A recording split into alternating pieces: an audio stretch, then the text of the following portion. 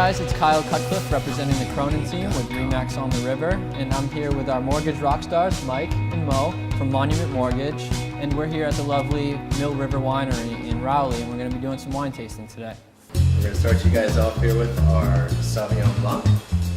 All the wines that you have here are made right here on site.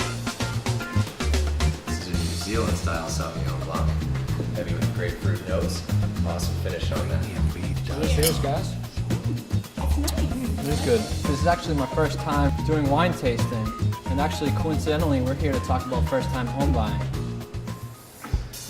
Mike and Mo, what is your biggest recommendation to a first time home buyer? They need to have a good sense of what just the whole process is about.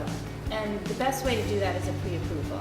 And I don't think it's ever too early to get pre-approved because it's a great way to learn about the overall process. It will also give you a really good sense, like a good reality check of what a payment looks like, how much you can really afford, and how much money you're going to need for down payment.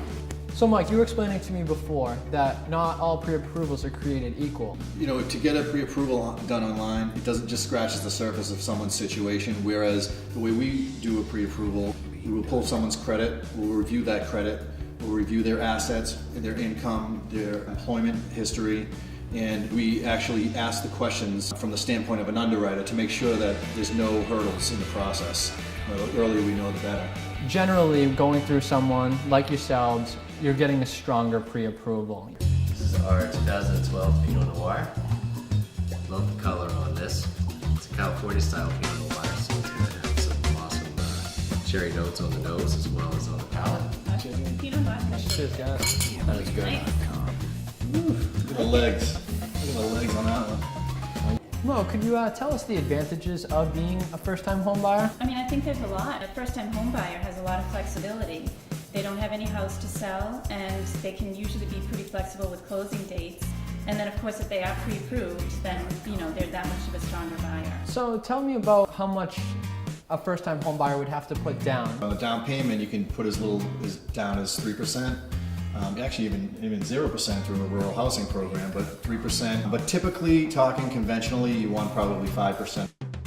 Most first-time home buyers, what they really struggle with is down payment, because obviously the houses are so expensive, so it's hard just starting out to get that big down payment. So what we normally look at for first-time home buyers would be some of the programs that offer lower down payments, like a mass housing program, which also includes like programs with no mortgage insurance or built-in mortgage insurance. FHA is always a great option for certain first-time home buyers. If you just got out of college and graduated with a degree and landed your first job and you're getting a paycheck, W-2 employee, and you're in that same field that you studied, most lenders and programs will allow you to use that as income right away. So I don't have to have a job for 5 years before I can get my pre-approval? Not always. And then as far as down payment, again, that's usually the tough thing for first-time home buyers. Gifts are great. A lot of nice family members will give gifts, and that's always acceptable under most programs as well. Sometimes what happens is family members will give a gift. Well, if that borrower puts it into their bank account, and that's been in there for a few months, then it becomes seasoned, then it becomes their money. So in that case, it may not have to be treated as a gift, it might be just treated as their own funds. Everything is so specific on a particular individual situation. That's why it's so important to talk to a human, first of all, and then, someone who knows what they're talking about. Absolutely. All right, guys, we're going to finish you off here with our ever-popular Plum Island Red. This is a really unique blend that I can guarantee that no other winery in the entire country makes. We start off with some Merlot, we add Zinfandel, we use some local grapes called Frontenac, and we actually put our Plum Island White in there, which is Pinot Gris, Base Sauvignon, Chardonnay. I like that one. I'd like to be stranded on an island with a bottle of that. Overall, it's a big process to buy a home. It's a big undertaking, and there's many parts to it. But without a doubt, the first part is to make sure that you can afford and get the financing. Because without the financing, it doesn't matter what you offer, you're not going to be able to follow through and close on that home. I like this one. Yeah, I know. It's good.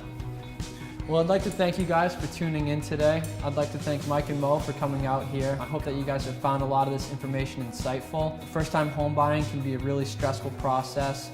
I want to reiterate that it is never too early to talk to someone like Mike and Mo. They have a lot of experience in the industry. They're great to talk to, very friendly. I can't say enough great things about them. I'd also like to thank Chris for having us. The Mill River Winery. Got to taste some awesome local wines. They're located right here in Raleigh, Massachusetts. Another just great local spot. I'm Kyle Cutcliffe, representing the Cronin team with Remax on the River, and I'm signing off.